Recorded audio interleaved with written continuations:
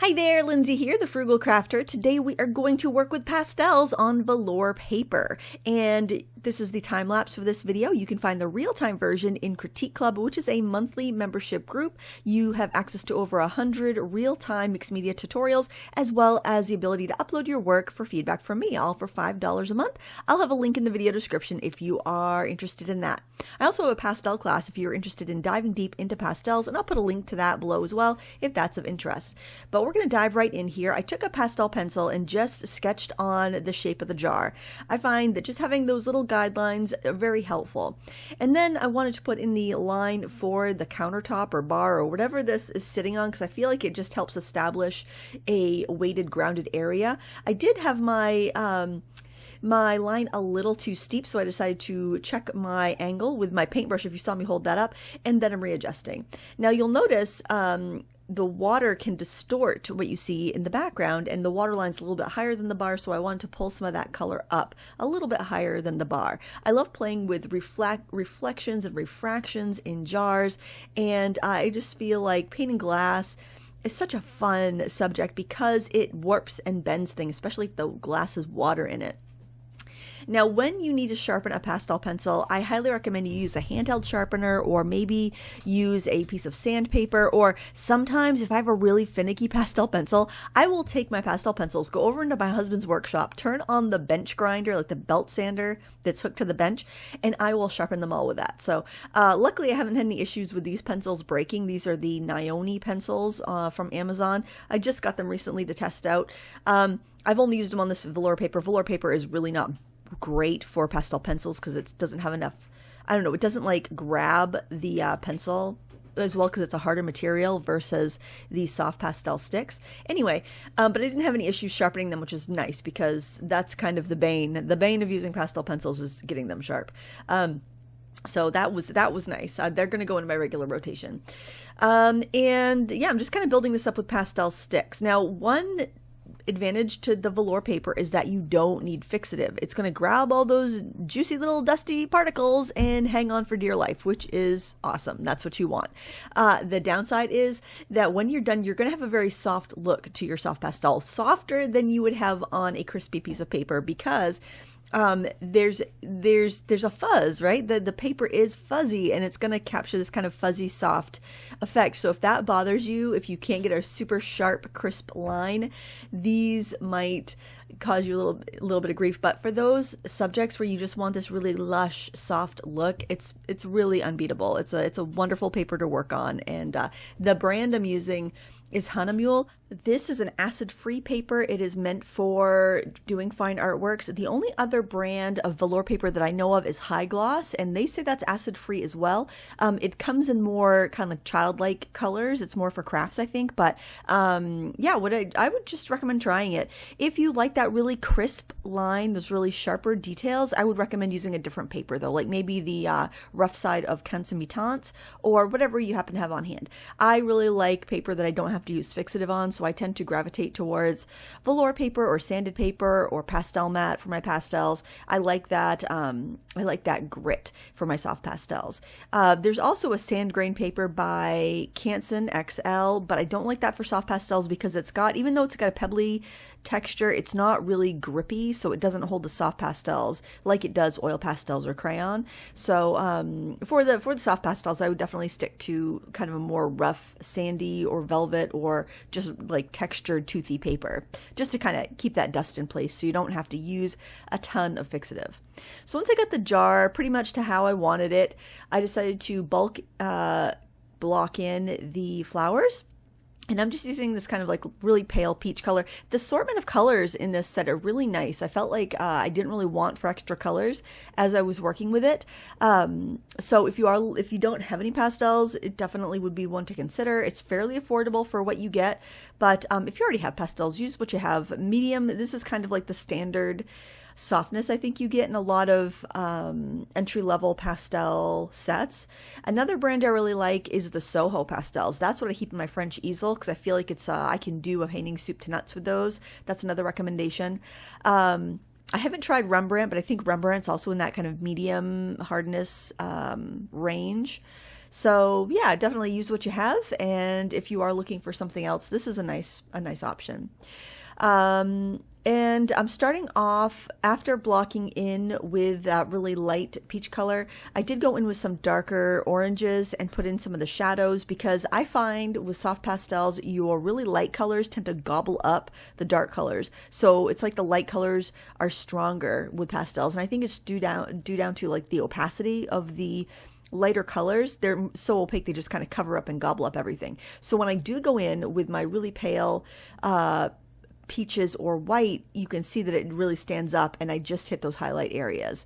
And again, this is still like the blocking in phase. I'm not getting too much detail here. I just kind of want to get the mass, the volume, the weight. I want to kind of get that color, those colors in there, but I'm not really going too detailed.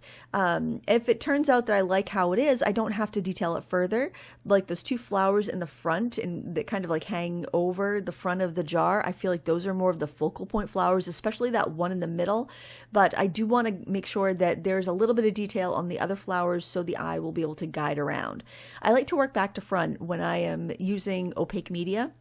So that's why we started off with the countertop and then we did the jar, because things are overlapping those things. And then I'm doing the flowers in the back, and I'll finally finish up with the flowers in the front. I find that's a neater way to work with pastels. I don't like to play the let's put the background in later game for a couple of reasons. For one, you usually get kind of a messy effect, and you often will end up with this gap or halo around your subject where you can't quite get the background up against it. Also, if you end up painting your subject and then you go and put a background in, that can throw off all of your values from the subject, because then you need to readjust. If I decided I wanted to have a black background and I went back in with a black pastel and filled it in, then everything's going to look way too light against that super, super dark black. So I love working on toned paper for this. It takes away a lot of the work because I've already got this neutral gray. So yeah, I'm definitely a background first type of person. Even when I'm working with watercolors, I will do a wet into wet background to begin and just kind of not paint where my subject is and just kind of let those background colors float in. I feel like it's a really nice way to unify a piece, and I just don't like that cut and paste look to my artwork. Nothing against collage. I enjoy collaging, but even when I collage, I tend to like to collage those background layers and feather them in so it's not so harsh. But that's an aesthetic thing. That's my personal aesthetic. But I will say that if you do want a background, having it in first will help you establish your values so you don't have to spend a lot of time correcting later. I went darker with the flowers in the front because you can see into the flowers a lot more, and you can see a lot more darker shadows, especially if you look at that center flower. If you look at the little reference photo up in the corner, and this photo is by Annie Spratt over on Unsplash if you want to find that reference photo yourself. I'll try to remember to link it in the video description as well. It has more contrast. It has more value distinction. It's got a lot more detail. So I want to make sure that I have those darks to pull into. Now I kind of lost some of the darks, and I'm going to need to go in and adjust those later. But what I find that the way that I like to work is I like to get kind of everything blocked in or done to maybe like a 90% done range, and then I take a break. So I'll go for a walk, I'll go have a cup of tea, I'll just leave the studio for a bit, and I like to actually leave the artwork propped up on my easel so that when I walk back in I can see it with fresh eyes. And then I usually find mistakes that I made, like the jar is not right and I didn't even see it at this point. But once you take that break and you get that little bit of hindsight, you get that little space between your eyes and the painting, then you'll see the mistakes.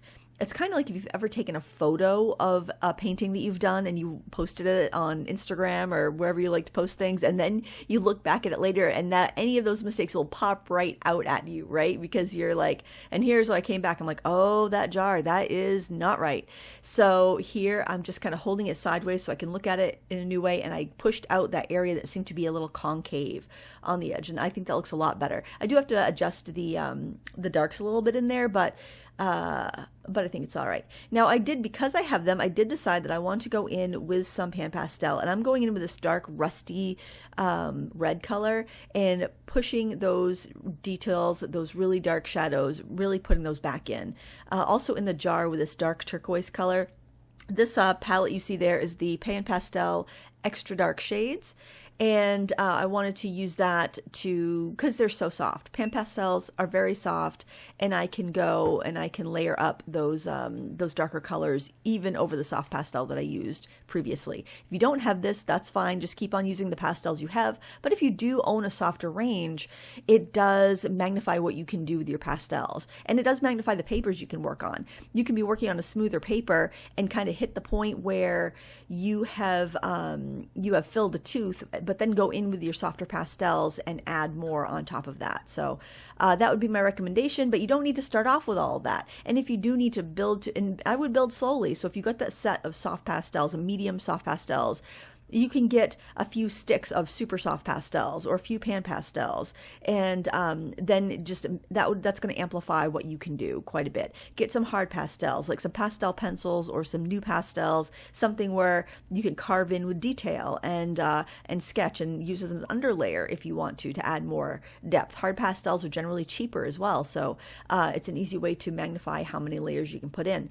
I really enjoy using the pan pastels. I've started storing them in my filming area so I could just grab them when I want to add an accent to a painting, but they're definitely not necessary. They are a splurge. I got a great deal on mine many years ago. And they're very slow wearing, so I mean, if you do find a deal, they will last you quite a while. And now I'm going back to the sticks there so I can kind of bridge the gap between some of those colors. And I'm going in with the pencils to kind of go in and add some detail because I want to have those petals separated a little bit, especially in the center and the front of the painting where I have more of those focal point areas. And I was just trying a different blending tool because I needed a lighter color for my highlights, and I went to these white ones. I bought some of the generic pan pastel soft tools. Well, they're not pan pastel, but they're like the sponge applicators on Amazon. And I don't recommend them. I recommend just getting a bulk. If you want to save money, get the bulk pack of the soft tool covers from Blick and do that. They last longer. They apply the product better. And if you can't afford those, just get some cheap makeup, like eye makeup applicators. Those work really well. For whatever reason, the little covers, the white covers from Amazon, I've also seen them advertised on some of the other budget sites out there like AliExpress and Temu and stuff. I would just skip them. I think they're false economy. They don't last as long. They don't perform as well. And they're really not cheaper if you just buy the bulk ones. So anyway, there's my 2 cents. I went back to one of the regular soft tool covers, and I'm much happier with that.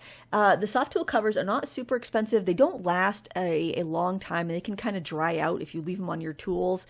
So I would say the best way to make them last longer is to use them more often.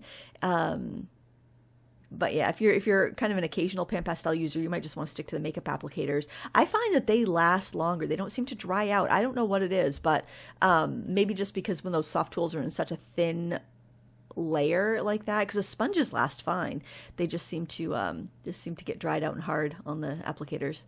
But anyway, I'm really liking how this is coming out. It's got a nice glow to it, it's got a nice softness to it, and I hope you enjoyed this time lapse and it inspires you to get your pastels out and do some creating. I'll have a materials list in the video description, as well as a link to Critique Club if you want the real-time version. Thanks so much for watching. Until next time, happy crafting. Bye!